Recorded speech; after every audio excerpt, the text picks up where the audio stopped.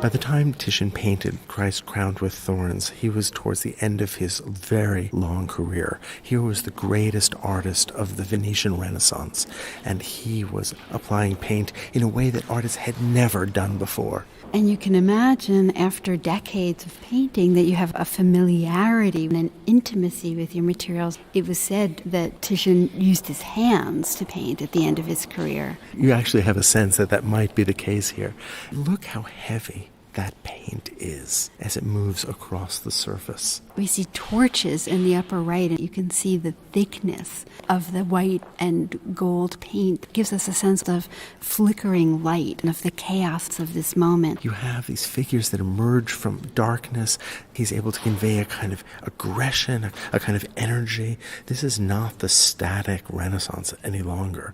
And there's a dynamism and power that is really at odds with the way in which we think about the Renaissance. It's almost proto-Baroque, meaning that it looks toward the Baroque in its interest in movement and also in the way that everything is taking place very close to us and seems to move out into our space. The drama is something I associate with the Baroque, and he's achieving that not only by the use of diagonals, not only by the activation and the violence that's being rendered, but also by the really stark contrast between light and dark. It's funny that you use the word violence, because to me, this painting isn't all that violent. We know that we're looking at Christ having the crown of thorns, this painful thing put on his head. Right, this is the Passion. That is the events at the end of Christ's life that culminate in the crucifixion. Right, these moments of Christ's terrible suffering. But I don't see Titian focusing on the blood and gore of the event like someone like Rubens will do. That's true. Look at the figure of Christ. Even for all the activity, there's also a kind of static quality, at least in that central figure. We see Christ twisting his body in an unnatural way, and he seems very resigned. I'm interested in the way in which it is both violent and elegant simultaneously.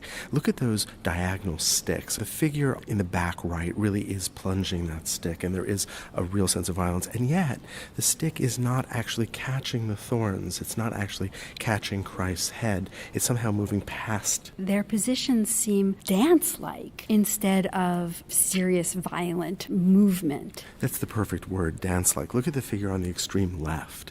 He couldn't be rendered in a more brutish way, and yet he's elegantly up on the balls of his feet. His knees are bent. There is a balance and lightness that is really at odds with what he's meant to represent. Or look at that figure in the lower right who strides up these stairs with a stick in one hand and an axe in the other, but his arm curls up, his head leans to the right.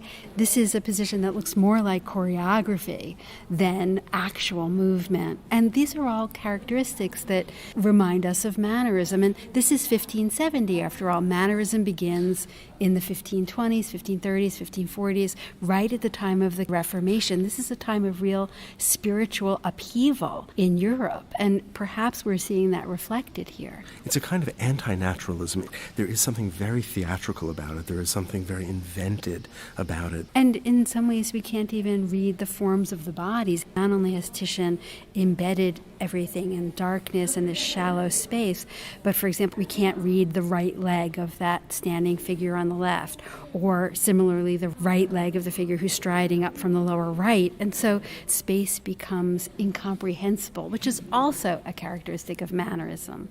When you look at a painting like this, you can see the tremendous impact that this artist had on later painters. I'm looking at Velázquez, Rubens, Rembrandt, and of course Caravaggio.